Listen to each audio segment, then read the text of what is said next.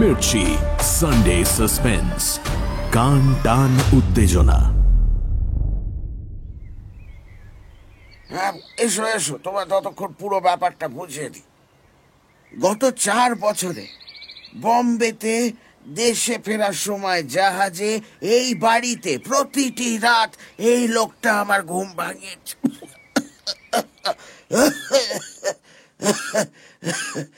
ওর routine একেবারে স্থির। আমার বিছানার পাশে দাঁড়িয়ে আমার কাঁধে ঝাঁকুনি দিয়ে ঘুম ভাঙায়, তারপর আমার শোয়ার ঘর থেকে ল্যাবরেটরিতে যায়, তাকে রাখা সব কটা জার খুঁটিয়ে খুঁটিয়ে দেখে, তারপর অদৃশ্য হয়ে যায়। 1000-এরও বেশি বার এই রুটিন দেখে দেখে আমার সহ্যের সীমা ছাড়িয়ে গেছে। কি চায় লোকটা? ওর হাত ফেরত চায়।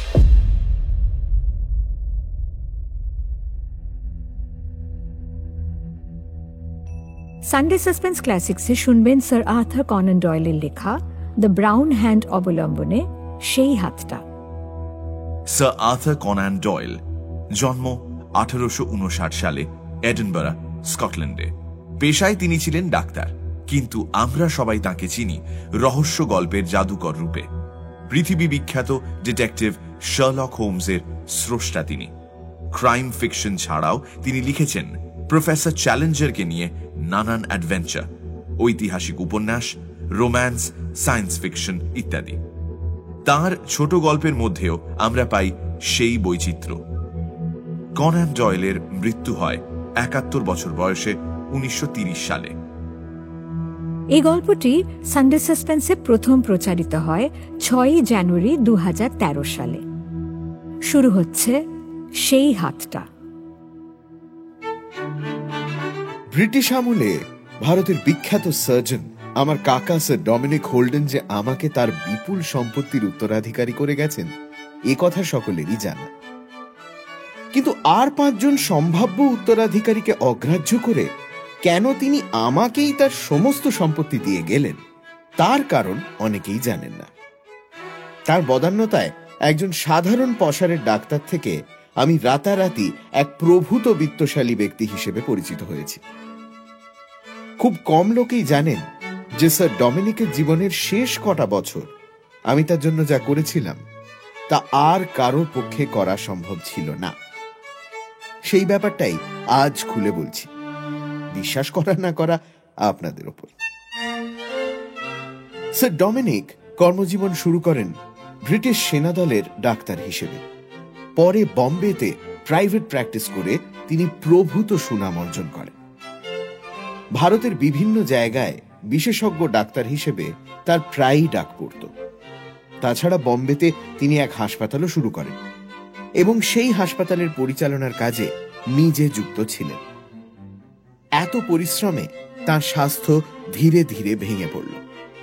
তখন বন্ধু বান্ধব ও শুভানুধ্যায়ীদের উপদেশে তিনি ইংল্যান্ড ফিরে গেলেন। উইল্টশায়ারে অনেক জমি জমা একটি জমিদার বাড়ি কিনে ওখানেই থাকতেন। তুলনামূলক প্যাথোলজি ছিল তার প্রিয় বিষয় এবং তারই চর্চা করে সময় কাটাতেন। আমাদের পরিবারের সকলেই এই ধনী ও নিঃসন্তান আত্মীয়ের দেশে ফিরে আসাতে বলাই বাহুল্য খুবই খুশি হয়েছিলেন। কাকাও মাঝে মাঝেই এক এক করে তার ভাইপো ভাইজিদের ওখানে যাওয়ার জন্য আমন্ত্রণ পাঠাতেন। অবশ্য ওখানে গিয়ে কারোরই খুব একটা ভালো লাগতো না। যাই হোক, আমারও একদিন আমন্ত্রণ এলো ওখানে যাওয়া, কিন্তু আমার একা, সপরিবারে নয়। প্রথমে ভেবেছিলাম যাব না, তারপর 7-5 ভেবে অক্টোবরের এক দুপুরে উইল্টশায়ারের দিকে রওনা হলাম।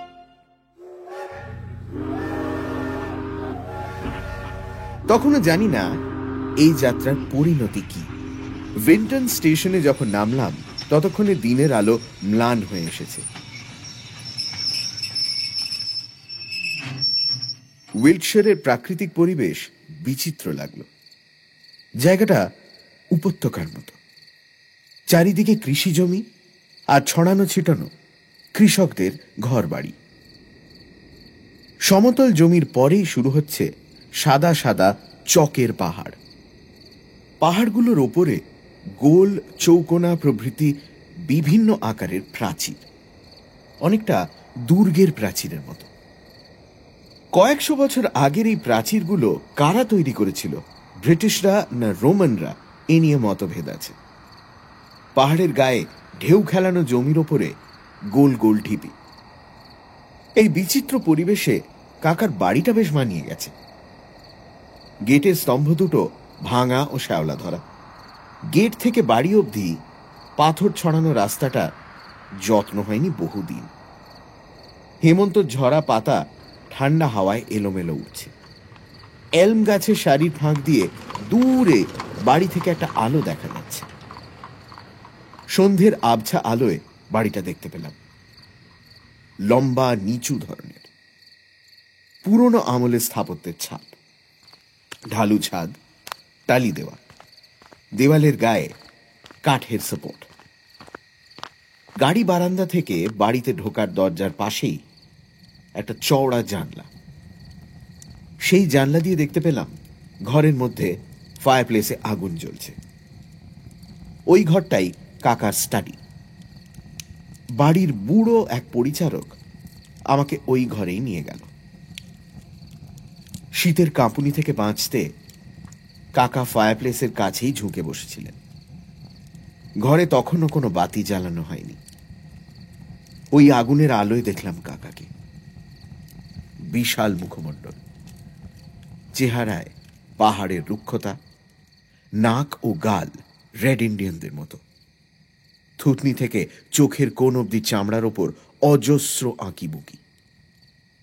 আমাকে দেখেই কাকা তৎক্ষণাৎ উঠে দাঁড়িয়ে অভ্যর্থনা করলেন। Hardacre, good to see you, old chap. Had a pleasant journey, I presume? Have a seat, my boy, have a seat. ঘরে এবার একটা বাতি জ্বালানো হলো। ঘন ভুরুর নিচে থেকে তার তীক্ষ্ণ চোখ দুটি আমাকে যে বিশেষভাবে নিরীক্ষণ করছে তা বুঝতে পারলাম। আমিও ততক্ষণে কাকাকে ভালোভাবে দেখতে পাচ্ছি। শরীরের গঠন প্রায় দৈত্যের মতো, কিন্তু শরীরটা এত শুকিয়ে গেছে যে চওড়া হাড্ডিসার কাঁধের থেকে ঝোলানো কোটটা দেখে মনে হচ্ছিল যে ওটা যেন হ্যাঙ্গার থেকে ঝুলছে। চওড়া কবজিটা যেন শুধু হাড় দিয়ে তৈরি। হাতের শিরাগুলি বিশেষভাবে প্রকট। জীবিকায় সফল ও শারীরিকভাবে সমর্থ একজন মানুষের চোখে যে সাফল্য ও সন্তুষ্টির ঔজ্জ্বল্য থাকে তা নেই। চোখে একটা সন্ত্রস্ত ভাব, যেন কোনো অজানা বিপদের ছায়া। মনে হয় স্যার ডমিনিকের অদম্য জীবনী শক্তিকে যেন কেউ শুষে নিয়েছে। আমার ডাক্তারি বুদ্ধিতে মনে হলো কাকার হয়তো কোনো মারাত্মক রোগ হয়েছে এবং আসন্ন মৃত্যুর চিন্তায় তিনি সন্ত্রস্ত। অবশ্য পরে বুঝেছিলাম আমার সিদ্ধান্ত ভুল। আগেই বলেছি, কাকার অভ্যর্থনায় উষ্ণতার কোনো অভাব ছিল না। ঘণ্টাখানেক পরে কাকা ও কাকিমার সঙ্গে ডিনারে বসলাম। পরিবেশন করছে একজন ভারতীয় পরিচারক।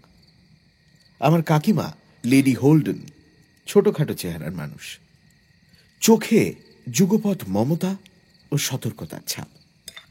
দুজন সারা জীবন বিভিন্ন পরিবেশে অনেক লোকজনের মধ্যে কাটিয়ে আজ জীবন সায়ান্নে এই নির্জন পরিবেশে কেবল পরস্পরের সাহচর্যে দিন কাটাচ্ছেন।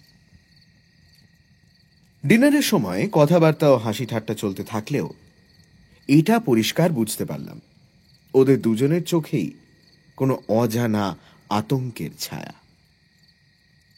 খানিকটা জোর করেই যেন ওরা পরিস্থিতিটাকে স্বাভাবিক রাখার চেষ্টা করছেন।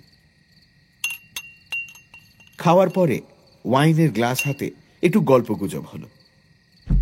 কিভাবে জানি না গল্পের বিষয়টা চলে গেল অলৌকিক ও অতিপ্রাকৃত ঘটনার দিকে। কথায় কথায় আমি ওদের বললাম যে ডাক্তার হিসেবে আমার বিশেষজ্ঞতা স্নায়ু সম্বন্ধিত অসুখের ব্যাপারে। এমনকি কয়েকজন ডাক্তার বন্ধু মিলে ভুতুড়ে বাড়িতেও রাত কাটিয়েছি, যদিও বলার মতো তেমন উত্তেজক অভিজ্ঞতা কিছু হয়নি। কাকা কাকিমা দুজনেই খুব মন দিয়ে আমার কথা শুনছিলেন। মাঝে মাঝেই অর্থপূর্ণভাবে পরস্পর দৃষ্টি বিনিময় করছিলেন। একটু পরে কাকিমা শুতে চলে গেলেন। এরপর কাকা একটা চুরুট ধরাল। চুরুট ধরানোর সময় তার কাঁপতে থাকা হাত আর মুখের ভাব দেখে মনে হলো তিনি আমাকে কিছু গোপন কথা জানাতে চান। ঠিক তাই, একটু পরেই কাকা বললেন, তোমারই মতো একজনের সঙ্গে আমি দেখা করতে চাইছিলাম। অতি প্রাকৃত অলৌকিক ব্যাপারে তোমার যে যথেষ্ট উৎসাহ জ্ঞান আছে সেটা আমি বুঝতে পারছি। শুধু তাই নয়, এসব বিষয়ে একটা যুক্তিগ্রাহ্য দার্শনিক দিকও আছে, সেটাও তুমি জানো। তোমার মাথাও ঠান্ডা। ভূত প্রেত দেখলে তুমি কি ঘাবড়ে যাবে? মোটেই না, বরং এসব ব্যাপারে আমি খুব উৎসাহী। আশা করি বিজ্ঞানসম্মত দৃষ্টিকোণ থেকেই তুমি এসব ব্যাপার দেখো। অবশ্যই। একটা দীর্ঘশ্বাস ফেলে কাকা বললেন, জানো হাডেকা, আমি আগে ঠিক তোমারই মতোই ছিলাম। ইন্ডিয়ার সবাই আমার সাহস ও শক্ত নার্ভ দেখে অবাক হয়ে যেত। এমনকি সিপাহী বিদ্রোহের সময়ও আমি একটু ঘাবড়াইনি। আর আজ এই অঞ্চলে আমার মতো ভীতু লোক একটাও পাবে না।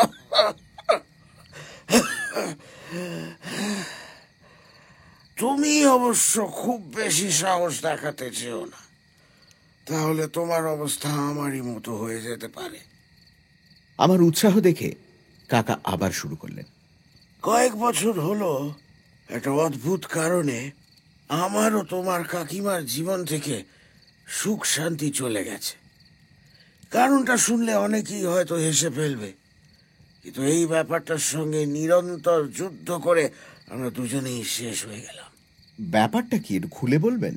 আগে থেকে সেটা বলে দিলে হয়তো তুমি স্বাধীনভাবে জিনিসটার বিচার করতে পারবে না। তুমি নিজের চোখেই সবকিছু দেখলে ভালো হয়। আমার সঙ্গে একটু এদিকে এসো। খাওয়ার ঘর থেকে বেরিয়ে একটা লম্বা প্যাসেজের শেষে বেশ বড় একটা ঘরে আমরা এলাম।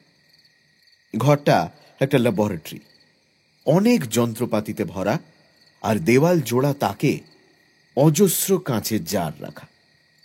কাকা বললেন, মানুষের শরীরের বিভিন্ন অঙ্গ প্রত্যঙ্গের বিশাল সংগ্রহ ছিল আমার। বোম্বেতে আমার বাড়িতে আগুন লেগে তার অনেক কিছুই নষ্ট হয়ে যায়। যা অবশিষ্ট ছিল সেগুলোই এখানে দেখতে পাচ্ছ। ভারতের বিভিন্ন জায়গার মানুষের শরীরের অস্বাভাবিক অঙ্গ প্রত্যঙ্গের জারগুলিতে রাখা ফুলে যাওয়া লিভার বা কিডনি, বাঁকা হাত পা, বিচিত্র রকমের সিস্ট, বিকৃত বা অসুস্থ কোনো অঙ্গ। কাকা বললেন, তুমি যদি এ ঘরেই রাত কাটাও তাহলে ভালো হয়। এই দিভানটায় শুতে পারো। কোনো রকম আপত্তি থাকলে আমায় বলো। না না, আমার কোনো আপত্তি নেই। বাইরের প্যাসেজের বাঁদিকে দ্বিতীয় ঘরটা আমার। দরকার পড়লেই আমায় কিন্তু ডেকো। আমার তো রাতে ভালো ঘুম হয় না। তুমি ডাকলেই আমি চলে আসব। কাকা চলে যেতেই ল্যাবরেটরি দরজা বন্ধ করে আমি দিভানে শুয়ে পড়লাম। আমার শারীরিক শক্তি আর 5 জন সাধারণ মানুষের মতোই। আর ভয়ের কথা যদি আসে, এটুকু বলতে পারি যে মানুষের মস্তিষ্কে এক সময় একটি মাত্র মানসিক অবস্থা থাকতে পারে। অর্থাৎ এই অলৌকিক রহস্য উন্মোচনের জন্য যে উৎসাহ ও কৌতূহল এই মুহূর্তে আমার সত্তাকে আচ্ছন্ন করেছে, সেখানে ভয়ের কোনো স্থান নেই। খেলা শুরুর আগে একজন খেলোয়াড় যেমন উত্তেজনা মেশানো উৎসাহ নিয়ে অপেক্ষা করে, আমার মানসিক অবস্থাও তখন সেই রকম। ঘরটাকে অবশ্য কোনোভাবেই আদর্শ শয়নকক্ষ বলা যাবে না। বিভিন্ন কেমিক্যালের গন্ধে ভরা। তাছাড়া জারে রাখা বিকৃত অসুস্থ অঙ্গ প্রত্যঙ্গগুলিকেও ঘুম আসার পক্ষে বিশেষ সুবিধাজনক বলা যায় না। আমি মোমবাতিটা নিভিয়ে দিতেই দেখলাম জানলার মধ্যে দিয়ে চাঁদের আলো ঘরের একটা অংশকে আলোকিত করেছে। সবকিছু মিলিয়ে আলো আধারিত পরিবেশটা একটু ভুতুড়েই লাগছিল। পুরো বাড়িটা এত নিস্তব্ধ যে বাইরে হাওয়ায় গাছের পাতা বা শাখা নড়ার আওয়াজও শোনা যাচ্ছিল। এপাশ ওপাশ করে কিছুক্ষণ ঝিমিয়ে থেকে একসময় ঘুমিয়ে পড়লাম, একেবারে গভীর স্বপ্নহীন ঘুম। হঠাৎ ঘরের ভেতরে একটা আওয়াজে ঘুম ভেঙে গেল। সঙ্গে সঙ্গে কুনিয়ের ওপর ভর দিয়ে একটু উঠে চারিদিকে তাকালাম। কয়েক ঘন্টা কেটে গেছিল, কেননা চাঁদের আলো সরতে সরতে এখন আমার বিছানার কাছাকাছি এসে গেছে। বাকি পুরো ঘরটা ছায়াচ্ছন্ন। আস্তে আস্তে অন্ধকারে চোখ সয়ে গেলে দেখলাম কিছু একটা চলাফেরা করছে দেওয়ালের ধার ঘেঁষে। বেশ রোমাঞ্চকর ব্যাপার। আমার বিছানার কাছে আলোকিত জায়গার পাশে যখন জিনিসটা এসে গেল, বুঝলাম সেটা একটা মানুষের আকৃতি। চেহারাটা ছোটখাটো কিন্তু সন্ডা গোছের, শরীরটা একটা আলখাল্লায় ঢাকা। তার মুখের ওপর চাঁদের আলো পড়তে দেখলাম মুখের রং অনেকটা চকলেটের মতো, আর মাথার চুলে একটা ঝুঁটি বাঁধা। ধীরে ধীরে হেঁটে সে প্রত্যেকটা জারের ভেতরের বস্তু মন দিয়ে দেখছিল, একটার পর একটা। জার রাখার তাক শেষ হয়েছে আমার বিছানার কাছে। ওখানে এসে সে হঠাৎ থেমে আমার দিকে তাকালো, আর হতাশার ভঙ্গিতে দুহাত শূন্যে ছুঁড়ে অদৃশ্য হয়ে গেল। হাত বলা হয়তো ঠিক হলো না, লোকটা বাহু দুটো তুলেছিল। বাহু ওপরে তোলার সময় আলখাল্লার আস্তিন নেমে আসতেই ওর বাঁ হাতটা পরিষ্কার দেখতে পেয়েছিল, কিন্তু ডান হাতের জায়গাটা, ঠুঁটো, হাত নেই। এই ব্যতিক্রমটুকু ছাড়া লোকটার চেহারা ও চলাফেরা এত স্বাভাবিক ছিল যে ওকে সহজেই স্যার ডমিনিকের আর একজন ভারতীয় ভৃত্য বলে চালিয়ে দেওয়া যেত। কিন্তু লোকটার হঠাৎ অদৃশ্য হয়ে যাওয়াটা বেশ রহস্যময়। মোমবাতি জেলে ঘরের চারিদিকে খুঁজেও তার কোনো হদিশ পেলাম না। বাকি রাতটুকু জেগেই কাটিয়ে দিলাম। অবশ্য সেই রাতে আর কোনো ঘটনা ঘটেনি। ভোর হতেই বাইরে বেরিয়ে দেখলাম কাকা লনে পায়াচারি করছেন। আমাকে দেখেই উত্তেজিতভাবে বললেন, লোকটাকে দেখেছো? ভারতীয়, একটা হাত নেই। হ্যাঁ, দেখেছি। ব্রেকফাস্টের সময় এখনো হয়নি। হ্যাঁ, এসো এসো, তোমার ততক্ষণ পুরো ব্যাপারটা বুঝিয়ে দিই। গত 4 বছরে বম্বেতে দেশে ফেরার সময় জাহাজে এই বাড়িতে প্রতিটি রাত এই লোকটা আমার ঘুম ভাঙিয়েছে।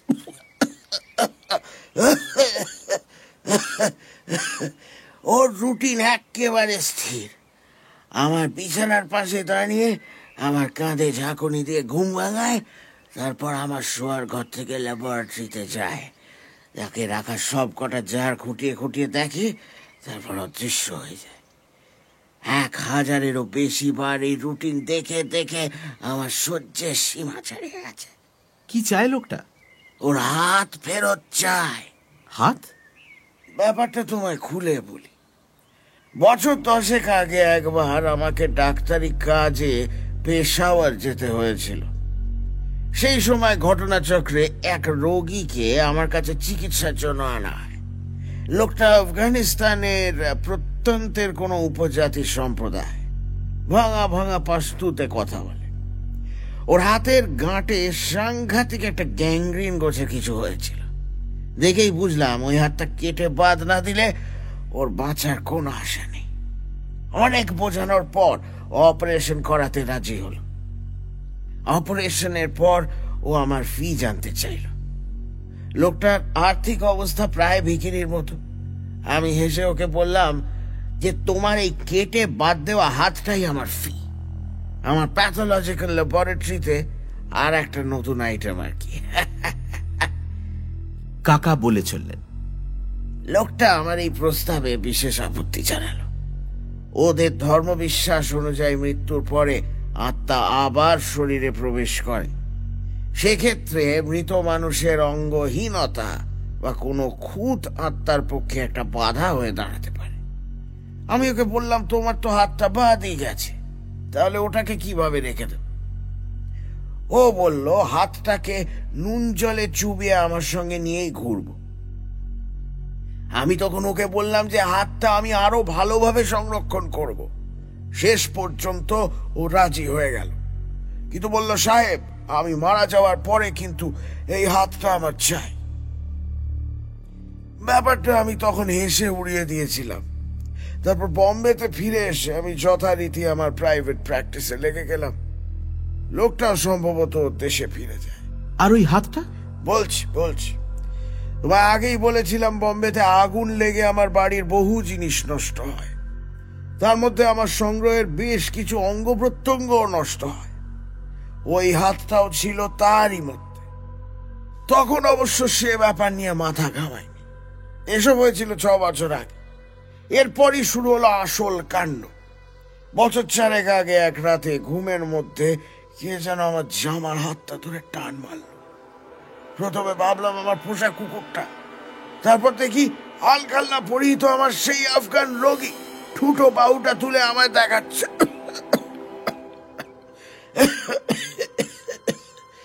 তারপরে ধীরে ধীরে আমার ঘরে, তখনও আমার ল্যাবরেটরি ঘর মেরামত হয়নি, দেখি ধীরে ধীরে আমার ঘরে রাখা ঝাড়গুলো একে একে নিরীক্ষণ করে প্রথমে হতাশ, তারপর ক্রুদ্ধ হয়ে সে অদৃশ্য হয়ে গেল। বুঝতে পারলাম লোকটা সত্যই মারা গেছে এবং আমার কাছে তার জমা রাখা হাতটা নিয়ে এসেছে। একটা দীর্ঘশ্বাস ফেলে কাকা বললেন, এরপর গত 4 বছর ধরে প্রতিটি রাতে এই ঘটনার পুনরাবৃত্তি ঘটছে। রাতে এই ঘটনার জন্য অপেক্ষা করি বলে আমার ভালো ঘুম হয় না। তোমার কাকিমারও একই অবস্থা। আমাদের বার্ধক্যের শান্তিপূর্ণ জীবন এখন সম্পূর্ণভাবে বিষিয়ে গেছে। তোমাকে অনেক ধন্যবাদ। তোমার সাহসের জন্যই আজকে আমরা এই ব্যাপারটা কাউকে প্রথম জানালাম। তাছাড়া তুমি যেহেতু ঘটনাটা নিজের চোখে দেখেছো, একটু স্বস্তি পাচ্ছি এই ভেবে যে আমি এখনো পাগল হয়ে যাইনি এবং ব্যাপারটা আমার কল্পনা করা নয়। নিজের চোখে সবকিছু দেখে এবং এই ধরনের বিষয়ে আমার যেটুকু জ্ঞান তা দিয়ে এটুকু বুঝতে পারলাম যে পুরো ব্যাপারটাই নির্ভেজাল সত্যি। ব্রেকফাস্টে পরে কাকা কাকিমাকে বললাম যে আমায় এক্ষুনি একবার লন্ডন যেতে হবে। কাকা খানিকটা পরিতাপের সুরেই বললেন, আমারই ভুল হয়েছে। আমাদের দুর্ভাগ্যের বোঝা তোমার উপর চাপিয়ে দিয়ে অন্যায় করেছি, তাই তুমি চলে যাচ্ছ। না না, আমি এই রহস্যের সমাধানের জন্যই লন্ডনে যাচ্ছি। সন্ধেবেলা ফিরে এসে রাতটা আজ ওই ল্যাবরেটরি ঘরেই কাটাবো। কাকাকে আর কিছু ভেঙে বললাম না।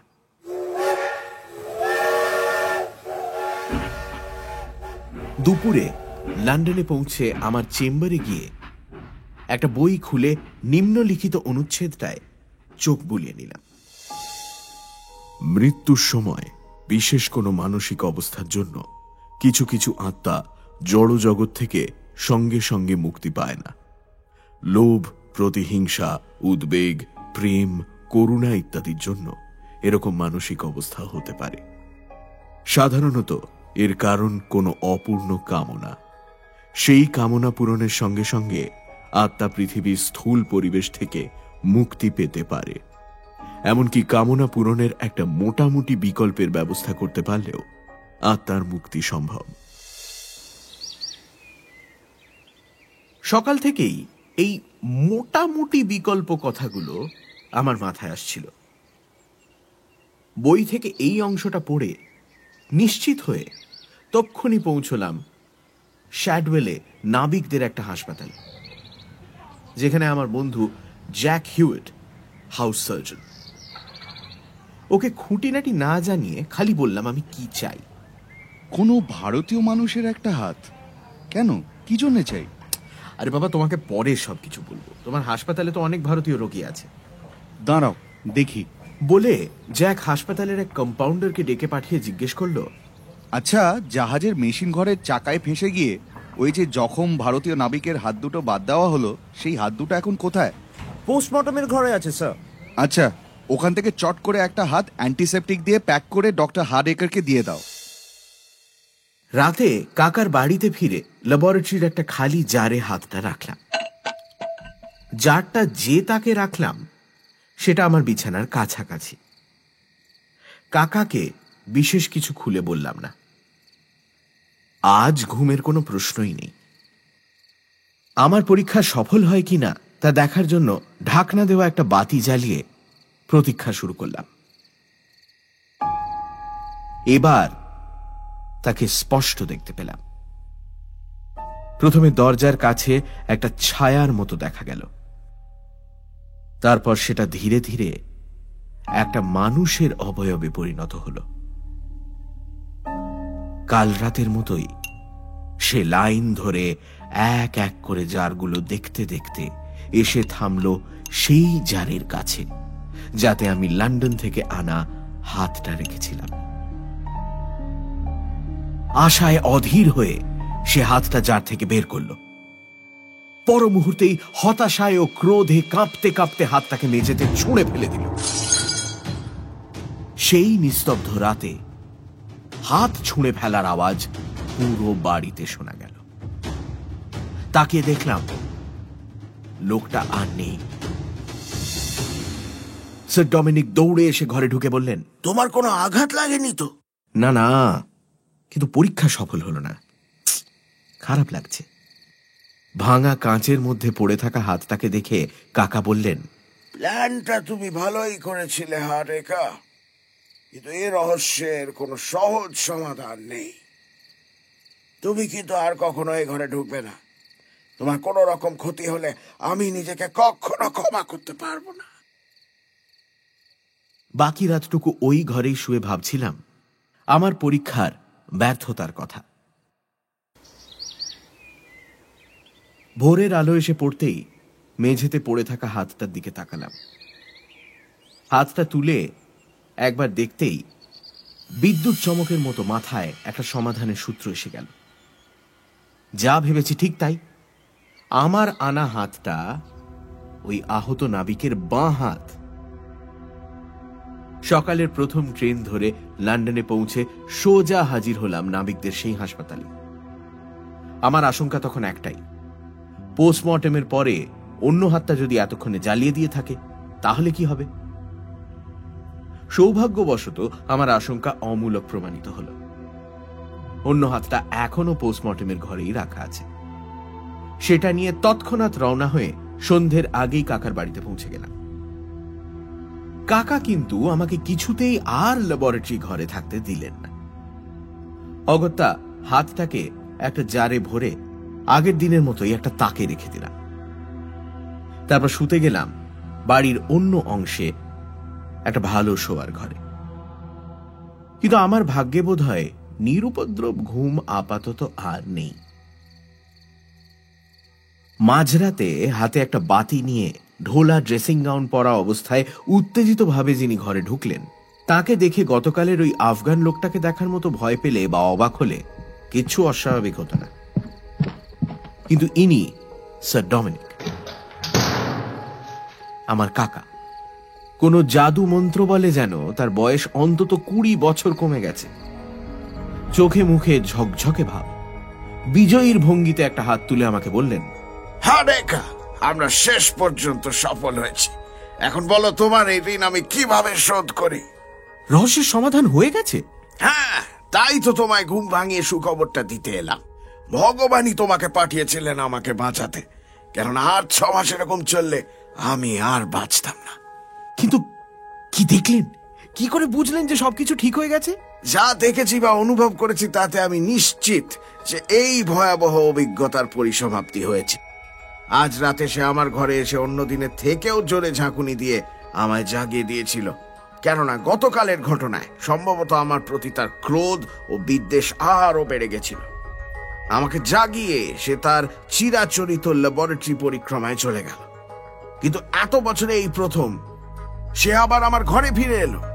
আনন্দে হাসছিল সে, কালো মুখে তার সাদা দাঁতগুলো ঝকঝক করছিল।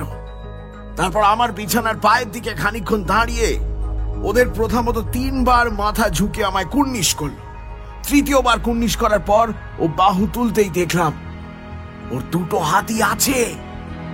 তারপরেই ও মিলিয়ে গেল, এবং আশা করি চিরদিনের জন্য।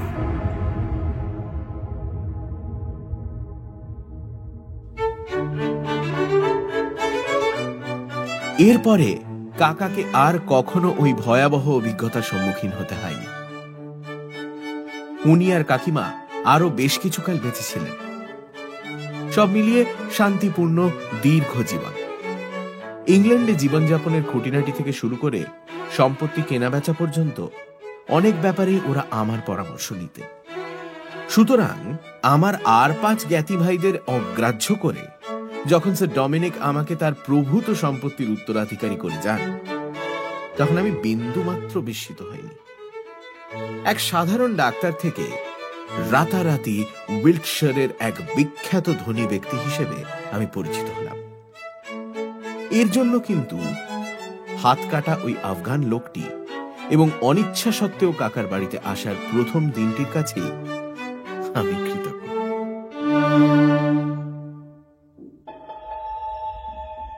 সানডে সাসপেন্স ক্লাসিক্সে শুনলেন স্যার আর্থার কনান ডয়েলের লেখা সেই হাতটা। মূল কাহিনী দ্য ব্রাউন হ্যান্ড। গল্প পাঠে দীপ, রিচার্ড, পুষ্পল। শব্দগ্রহণ রিচার্ড। ধ্বনি পরিকল্পনা আবহ। সঙ্গীতে আকাশ।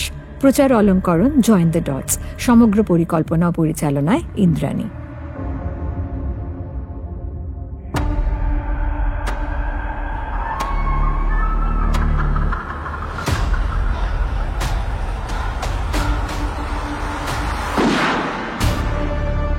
মির্চি সানডে সাসপেন্স, কান টান উত্তেজনা।